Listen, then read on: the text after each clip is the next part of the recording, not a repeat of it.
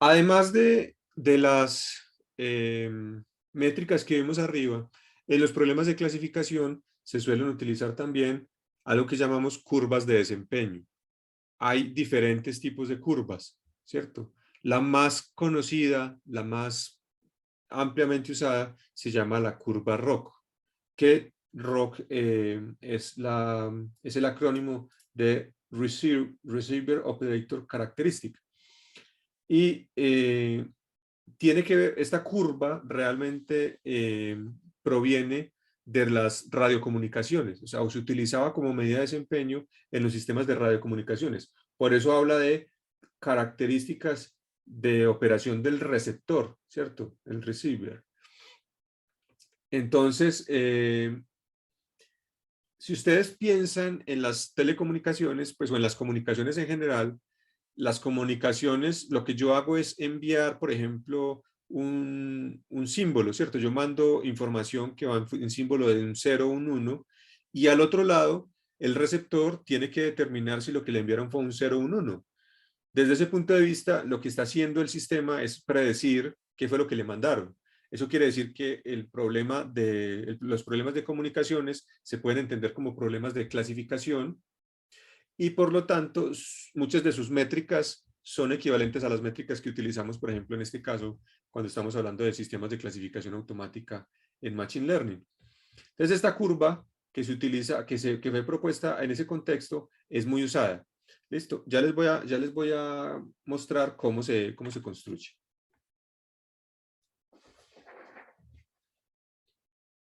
Entonces, vamos a tener acá la curva de los scores que teníamos ahorita. Y aquí vamos a graficar la correspondiente curva. Entonces, yo tengo la distribución de los scores de la clase positiva, tengo la distribución de los scores de la clase negativa, ¿cierto? Estos son positivos y estos son negativos. ¿Listo? Bien. Entonces, recuerden que el umbral que tenemos acá es 0. Es decir, cuando su valor de puntuación es mayor a 0, entonces decimos que es clase positiva. Cuando es menor a 0, decimos que es clase negativa. Ese es el umbral de decisión. Vamos a suponer que ese umbral de decisión no está ahí. Vamos a suponer que ese umbral de decisión yo lo ubico acá. Vamos a suponer que el umbral de decisión yo lo pongo ahí. Es decir, lo que esté a la derecha de ese umbral, yo lo voy a clasificar como positivo. Lo que esté a la izquierda de ese umbral, yo lo voy a clasificar como negativo. ¿Listo?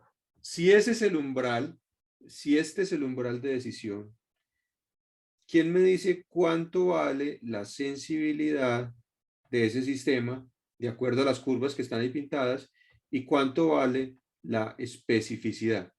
Todas las muestras que están a la derecha van a ser clasificadas como positivas. Luego, todas las positivas van a ser clasificadas correctamente porque todas las positivas están a la derecha. La especificidad mide las muestras negativas clasificadas correctamente. Para que una muestra negativa esté clasificada correctamente, tiene que estar a la izquierda del umbral. Pero a la izquierda del umbral no hay nada. Todas las muestras negativas están también a la derecha. Luego, todas las negativas quedaron mal clasificadas. Por lo tanto, la sensibilidad es 1 y la especificidad 0. Entonces, yo voy a borrar acá y voy a dejar aquí. Para este umbral, S igual a 1, E igual a 0. ¿Listo? S de sensibilidad, E de especificidad. Entonces, si volvemos a correr el umbral y lo corremos por acá, por ejemplo, y volvemos a hacer el mismo análisis, entonces, ¿a qué vamos a llegar? Bueno, la sensibilidad sigue siendo 1 porque todas las muestras positivas están correctamente clasificadas.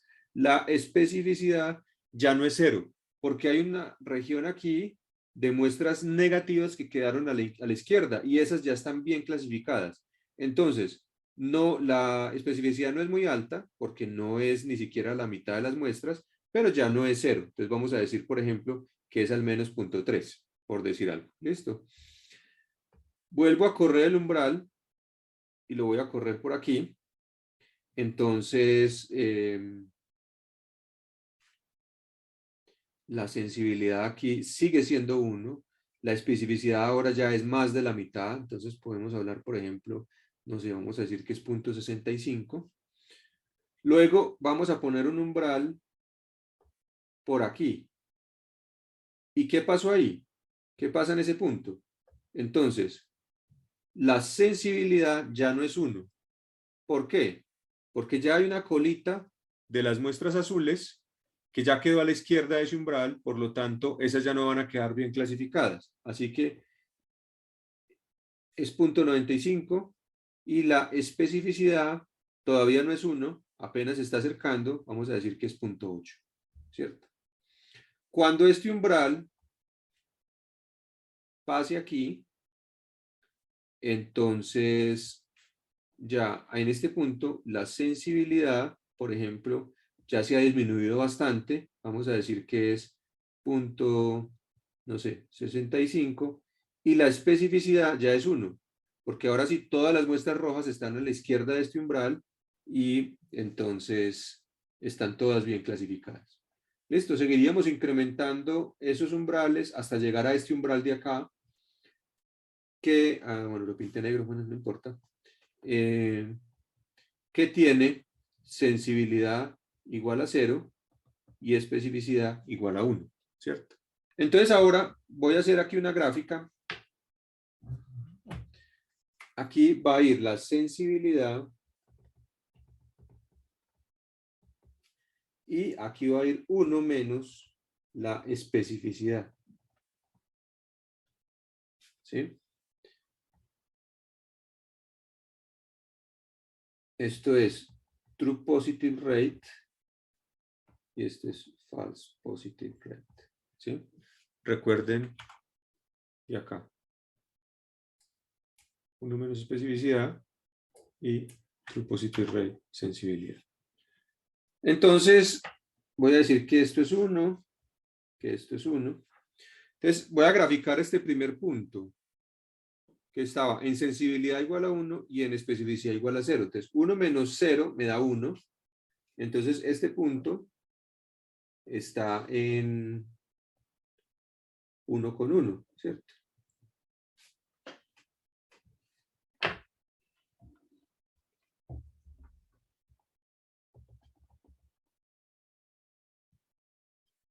Ahí está ese punto. ¿Listo? Vamos a graficar el siguiente. La sensibilidad en 1 y la especificidad en 0.3. Entonces, 1 menos 0.3 me da 0.7 y la sensibilidad sigue siendo 1, entonces tenemos otro punto por acá. Vamos a graficar el siguiente. La especificidad está en 0.65, entonces 1 menos 0.65 da ya como 0.45, entonces estamos por aquí. Y la sensibilidad sigue siendo 1. El siguiente punto, que está en 0.8, en especificidad 0.8 y sensibilidad 0.95, entonces 1 menos 0.8 me da 0.2. Vamos a decir que es esto. Y sensibilidad 0.95, entonces ya no está tan arriba. Entonces ya vamos a decir que ese punto es este. El siguiente, entonces 1 menos 1 me da 0.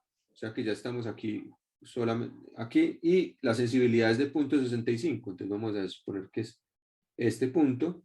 Y de ahí para adelante, hasta el último punto, lo que vamos a tener es este punto, que es cuando la especificidad vale 1, y entonces 1 menos 1 me da 0, y la sensibilidad vale 0, entonces es este.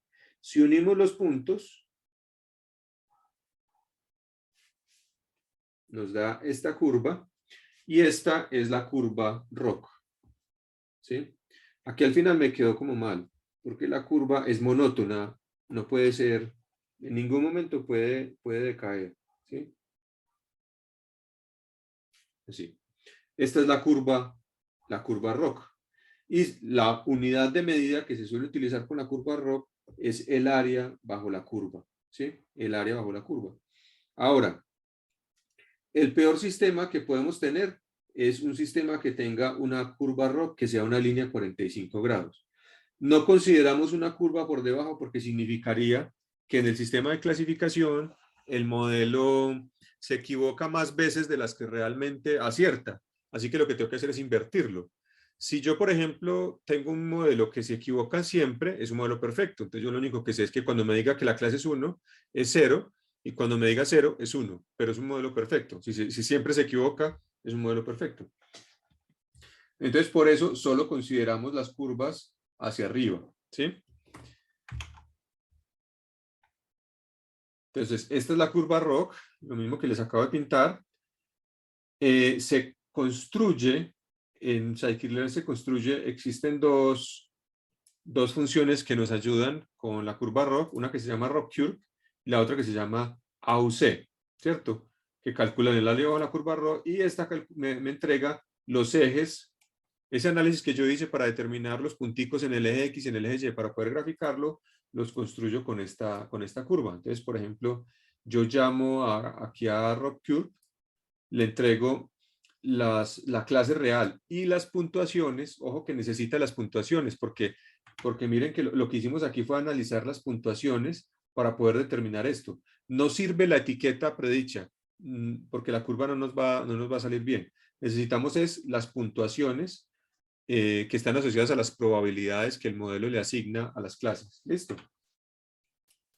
Entonces, aquí obtenemos los ejes y con estos ejes calculamos también el área bajo la curva y con estas dos podemos entonces graficar la curva ROC, que es lo que vemos aquí. Normalmente entonces en el label de la curva yo pongo el área bajo la curva, que es un indicador del desempeño esperado del sistema, ¿cierto? La curva nos va a reflejar qué tan traslapadas están las clases.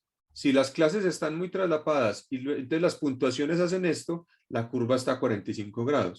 En la medida en que las puntuaciones se van separando porque las clases van estando más separadas y el modelo es capaz de diferenciarlas, entonces la curva va mejorando y será perfecta cuando las dos distribuciones de puntuaciones estén completamente separadas. En ese caso, la curva perfecta es una curva que sube por todo este eje hasta 1 y luego se va derecho hasta acá. Esa sería una curva perfecta, ¿sí? Esa sería la curva perfecta. Entonces, bueno, esta ya digamos es una buena curva porque tiene un traslape pequeño y en muchos contextos, pues digamos que esto es lo que podemos esperar que nos aparezca. ¿Listo? Existen muchas otras curvas. Está también, por ejemplo, la curva DET.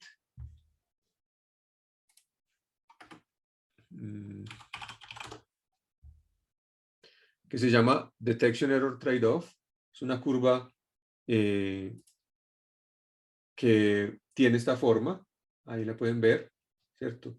También está implementada en Scikit-Learn. Es una curva en escala logarítmica. En este caso, el mejor resultado es aquel que se acerque más a este punto. Se supone que esta es mejor porque trata, digamos, los errores de ambas clases los trata de manera más equilibrada que la curva ROC.